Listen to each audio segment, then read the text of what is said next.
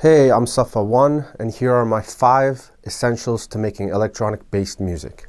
The first one on the list is tempo, BPM, and genre style.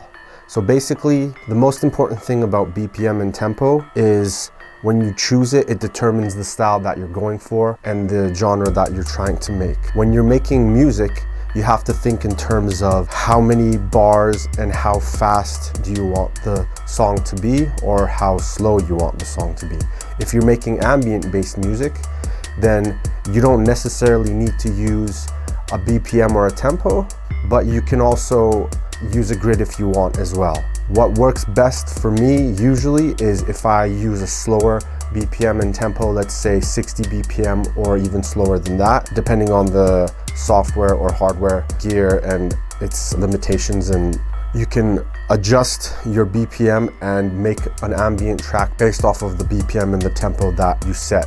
If you're going for something that's more house techno, usually it's between 100 to 140 BPM, depending on the vibe and how fast of a beat that you're trying to make. Hip-hop, R&B, rap beats can vary between 60 BPM to 120 BPM, but I find that these are all dependent on the genre that you're going for and what you're trying to convey. So it's really up to you. The second one on my list is sound selection. This is very important as well. There are 2 methods to sound selection.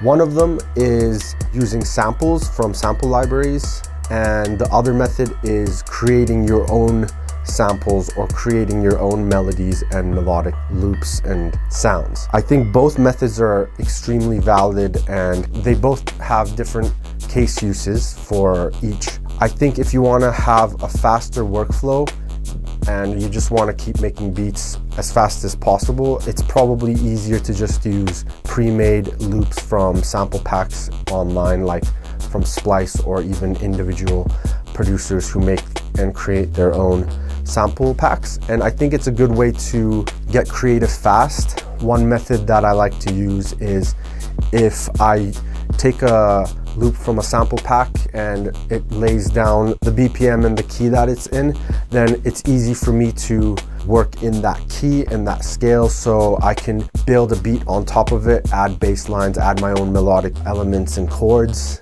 and it will help me create better in a sense because I'm working off of someone that already made a really good loop.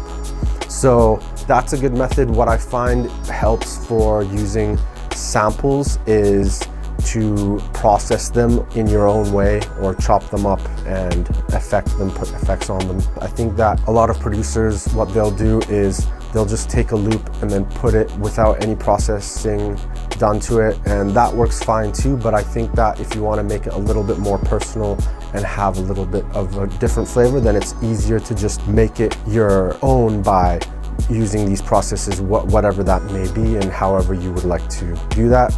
And that's the first method. The second method is creating your own samples, and I think there's a lot of good VST plugins as well as hardware gear out there for you to create your own melodies. You might need to know a little bit of basic music theory, but not that much. What I find works best for me is I just play notes and then make my own chords up as I go, kind of just like going with the flow and jamming, if you will.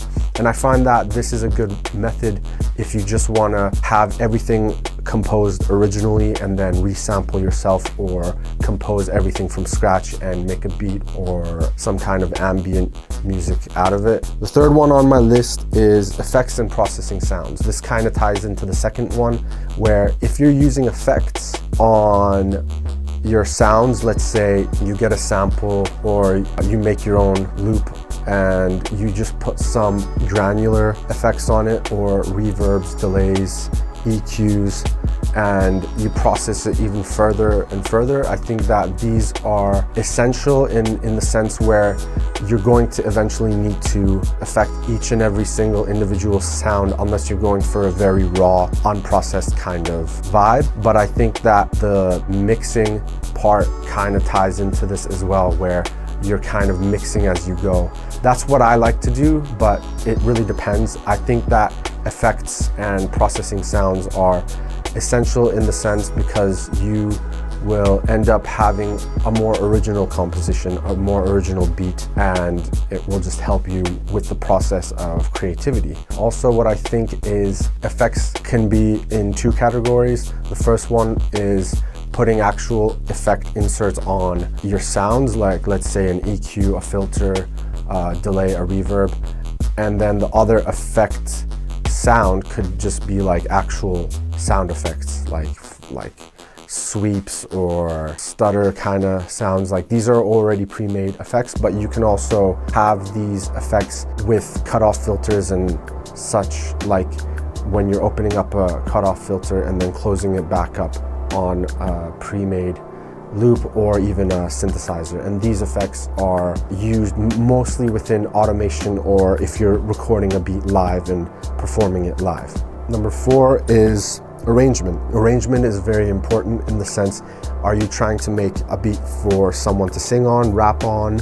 Are you just making a beat just for a beat tape or a single to release as just a beat? There's not really any rules to arrangement other than if you're making something for someone to sing or rap on, it's good to keep in mind having a intro, verse, chorus, verse kind of flow, and then an outro. Whether you want to extend that or not, that's up to you. Usually for me, I make my intros around 2 to 4 bars, and then I have a verse of 16 to 12 bars, and then of course again 4 bars, and then I copy and paste that, and then I'm good to go. If you're arranging live on the fly, that's also something that is really important when you're performing, let's say, kind of a live DJ set with external hardware gear, and this kind of helps you with arranging on the fly. And the best method in learning how to do that is just practice using, let's say, for example, the SP404 or Circuit Rhythm,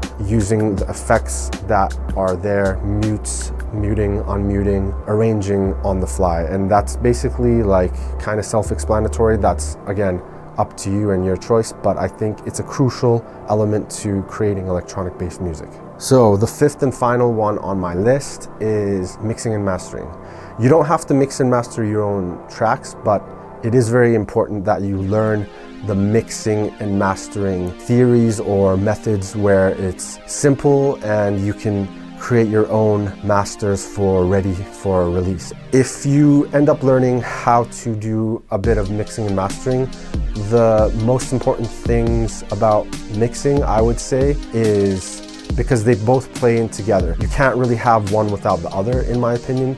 You have to have a decently good mix in order to have a good master. If you have a mix that's not very good and it's distorting, when you put a mastering plugin into the song, then it might not save it and it might just sound more muddy and just more loud. My method for having a good mix is EQing and leveling everything out. Some other people like to call it gain staging. I think that this is also kind of subjective, but you can get an objectively good mix where it's radio ready or it's ready for release.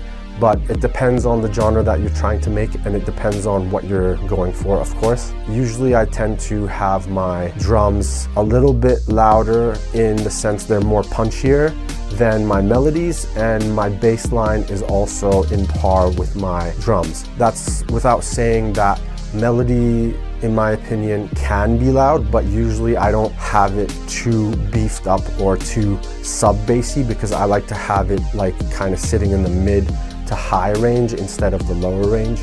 And drums are usually in the lower range, not hi-hats or percussive elements, but like there can be some like percussive elements that are lower in the range frequencies, but usually hi-hats and open hi-hats, rides, cymbals like that, I have it in the higher range, and I cut the frequencies out. I cut all the sub-frequencies out of those higher sounds just so I can get a cleaner mix and I don't have to deal with those. And then also kick and bass, I definitely try and sidechain it if I have the ability to, depending on the gear I'm using. For example, on the SP404, it's very difficult to sidechain, and what I do is I kind of just level it out so the bass is kind of sitting underneath the kick or vice versa, but I'm trying to make it so one or the other are not distorting each other or overpowering each other. And I think that using sidechain compression is very important because it will help your mix balance itself out and not fight for frequencies. Yeah, so that's mixing. For mastering, usually what I do is I have a preset that I just adjust on my DAW. You can also use outboard hardware gear, but what I find is sometimes when you adjust the compressor on, let's say, an SP404 Mark II or an Akai, you have to be very careful not to, let's say when you take away the drums, all the other elements bounce up in your mix and it sounds overly compressed, if that makes any sense. And I don't think this is a good way to do it. It's better to have a certain level of compression where everything is kind of equal and at equal volume, but nothing is like louder than something else when something is taken away. Let's say you take away the drums and the bass and just the melody is there, then the melody doesn't just like abruptly go higher in volume. I think that compression in this use case is very important to be very careful of. You can also use plugins such as Ozone 11, and that will greatly help you in the mastering process. And usually what I tend to go for is, if you're recording outboard gear, let's say you have a Zoom microphone, you can see the levels. I tend to go for about -6. It usually tells you the level. I don't peak anywhere above 2 or 0 because that's going to distort usually. So I keep it at -6. Even for DAWs, I keep it at around -6 more or less. And then that way I have a clean mix. I can put it into the mastering process and it will boost everything up properly. I have one more tip as the 6th essential for making electronic based music is releasing music. Whether you're releasing on vinyl, tape, CD, USB, or digital platforms like Spotify, iTunes, YouTube, Instagram, it doesn't matter what you release on, in my opinion, but the most important thing is to release something that you've made. At least something that you feel that is ready. Because what I find is a lot of people make a bunch of music and then they get hung up on, I don't know if I should release this or not because it's not ready or it doesn't feel like the right time. And in my opinion, there is no right time to release music. It's more just like whenever you feel like it and how you feel about it.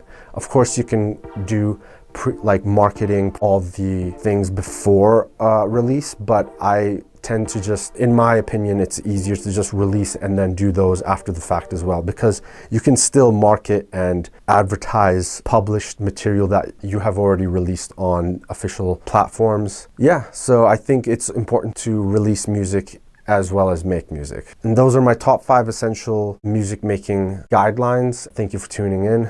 Catch you in the next one.